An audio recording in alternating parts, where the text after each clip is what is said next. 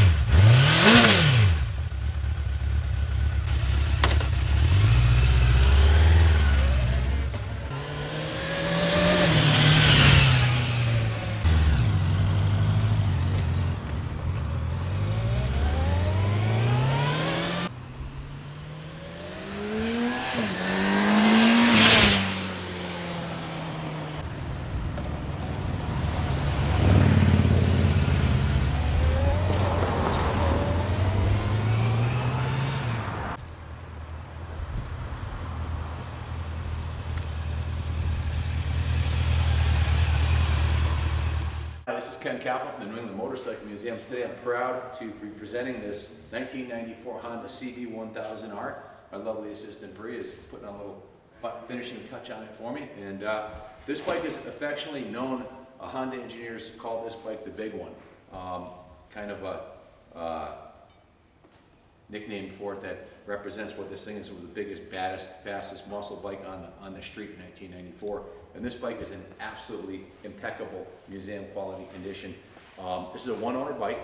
It only has 6,000 miles on it, and it's been stored indoors its whole life. And it's just been gone through by the techs at the New England Motorcycle Museum, top to bottom, front to back, full 100-point inspection, and the bike is in absolutely gorgeous condition.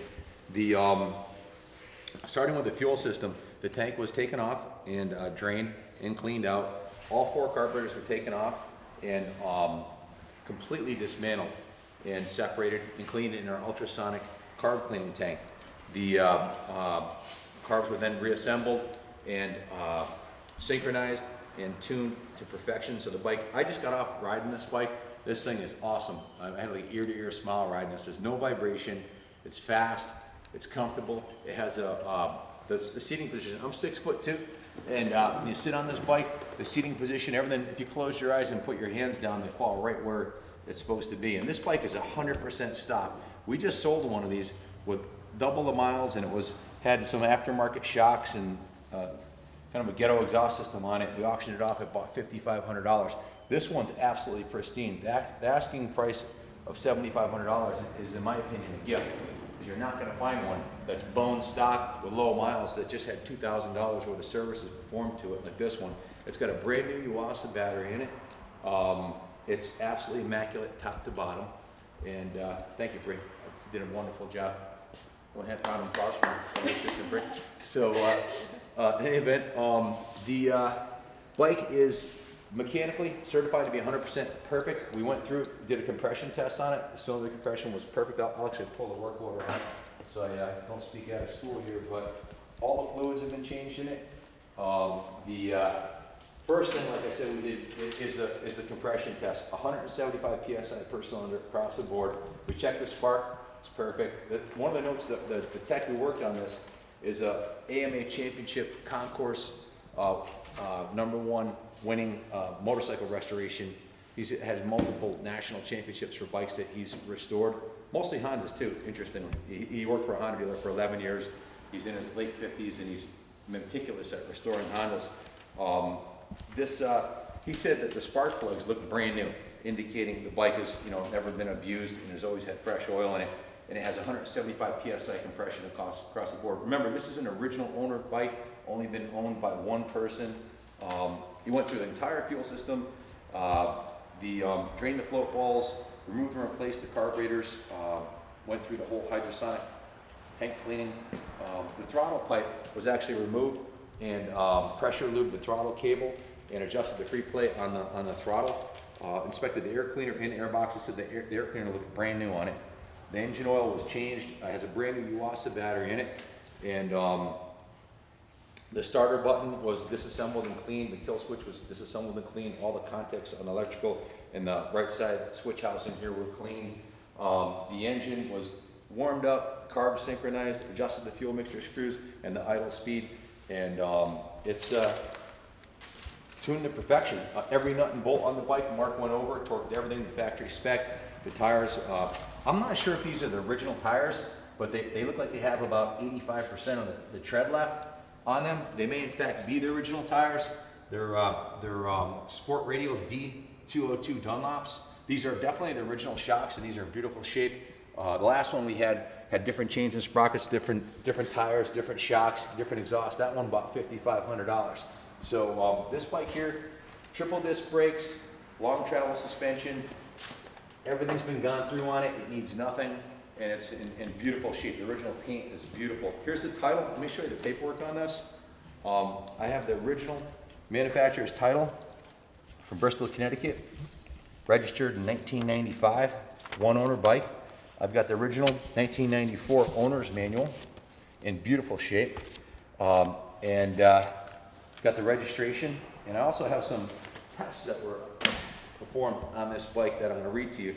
It's a 4-stroke transfers, 4-cylinder, double overhead cam, 4-valve per cylinder, 10.1 compression ratio, has 98 horsepower, just under 100 horsepower, 5-speed transmission, chain drive, 43mm telescopic, long travel forks, and the shocks are the remote reservoir, piggyback, nitrogen charge, upside down shocks. Very, very cool cafe look to the bike. It did the quarter mile in just over 11 seconds flat. These retro super bikes are designed to appeal to those who are old enough to remember unfaired muscle bikes the first time around. Those who rode bikes in the 70s and who aren't now limber enough to squeeze themselves aboard a state-of-the-art race replica, kind of like me. You know, I don't want to ride something like that NSR where we're all bent over. This thing's comfortable. Using the engine from the CBR1000F, the CB1000 harks back to the days of the CB1100 and the CB900. The water-cooled double overhead cam, 16-valve inline 4-cylinder engine is the focal point of this super bike, pumping out 100 horsepower at 8,500 RPM. The CB1000 has its top speed of around 140 miles per hour. I went through the gears. I didn't go over 7,000 RPM, but I felt like I was getting kind of like getting shot out of a slingshot. The thing accelerates brutally, and it's super smooth and comfortable. There's no vibration on the bike whatsoever. The turn signals and the mirrors were, you know, perfectly vibration free and clear, even at highway speed. Unlike the Harleys that we ride here. Mid-range output and brute acceleration was tuned for rather than top speed. The USA muscle bikes such as Yamaha's VMAX have proved to be very popular, combining brute power with an upright and unfair riding position. The retro bike is a similar animal, offering old-fashioned good looks with straight line acceleration that is the envy of the sports car world. In Japan, the CB1000 is called the CB1000 Big One, and with good reason. This is one big motorcycle, and it's fast. It's not in the same league weight-wise as a Goldwing or Harley Tours, but compared to modern sports bikes, the CB1000 is massive. Anyone without a 32-inch inside leg measurement and upper body strength of Arnold Schwarzenegger is going to have trouble maneuvering the machine at a walking pace. But once you get it moving, the CB1000 doesn't feel quite as ponderous as you might think. The acceleration is awesome, rattling off standing quarters in an 11-second bracket and laying 50-yard strips of rubber on the road behind it if you give it all it's got. The CB1000 is actually handles considerably better than you'd expect, but the real appeal of the CB1000 is its brutish but linear power delivery and its traditional good looks. It is the essence of the retro look, and that look seems here to stay. And again, I just want to add, for me, one of my favorite things about this style bike is how comfortable it is. With a passenger, if you want to take a lovely young lady like Bree to the beach on this thing, you can ride this thing all day long. 100, 200, 300 miles at a time, no vibration, gets good gas mileage, and you can ride this thing all day long. So there's another article here titled 94-95 Honda CB1000 Smart Money, which is indicating it's a good investment. Way back when big naked fours were called standards or just plain motorcycles, a handful of fresh-faced engineers at Honda R&D were dreaming up something different, something they wanted to ride. Working after hours and weekends without adult supervision, they called that bike the big one. Senior management liked the idea, which evolved into the 1992 CB1000. When it came to America two years later, everyone, with an aversion to cruel ergonomics, you know, type sport bikes. And acres of plastic, like that bike over there, liked it too. And unlike the average mid-90 standard, there's nothing standard about this one. Forged aluminum triple clamps carry meaty 43mm shower cartridge forks, which hold the front axle on hinged, quick-release clamps. Twin shower shocks come with natty remote reservoirs, and a pair of uber-rigid 40x90 extruded aluminum main beams form Honda's most massive swing arm yet. That's a swing arm you'd expect to see on something like a factory Eddie Lawson replica, Eddie Lawson bike. Meticulously refined and exquisitely finished, the CB1000 is more than a stripped-down CBR1000 and a whole lot less. Well, starting with the engine. Bolted into a double cradle steel frame, the 582-pound result is at least 30 pounds less than an equivalent CBR1000F with 5.8 gallons of fuel on board, though it makes 100 horsepower at 8,500 RPM. Dead smooth up to 100 miles per hour. That's what I was talking about earlier. There's no vibration on this bike. You can ride it all day long from 90 to 100 miles an hour. You'll be at the beach in 30 minutes from Rockville, Connecticut. So the test bike's 11-second quarter mile at 113.6 miles per hour by mid-90 standards was really fast. The rest of the bike is nearly flawless. So they're if you check out a complete listing, you'll see these are you know, modified ratty ones are trading in the $4,000 to $5,000 range. So the buy it now price of this one is $7,500. It's a very good value. You're not going to find one that's been completely sorted out like this and carbs are dialed in by a true pro like us, like our mechanics at the New England Motorcycle Museum. And if you want a fantastic investment, like the article title says, smart money, if you want a fantastic investment, buy this bike. If you want a classic Honda super bike, standard that's really unique and there's not many left out there, buy this bike. If you want a bike called the big one, buy this bike. I mean, it's a once in a lifetime opportunity to find a stock, unmolested CBR 1000 big one. And bike speaks for itself. So if you have any questions about the bike, give us a call at 860-454-7024. If you want to come look at the bike, just stop down anytime. Horn's super loud. It's the loudest horn I've ever heard on a motorcycle, actually. But fires right up, runs perfect, everything works beautifully. Turn signals, every light on it. The gates are nice and smooth. 6,000 miles.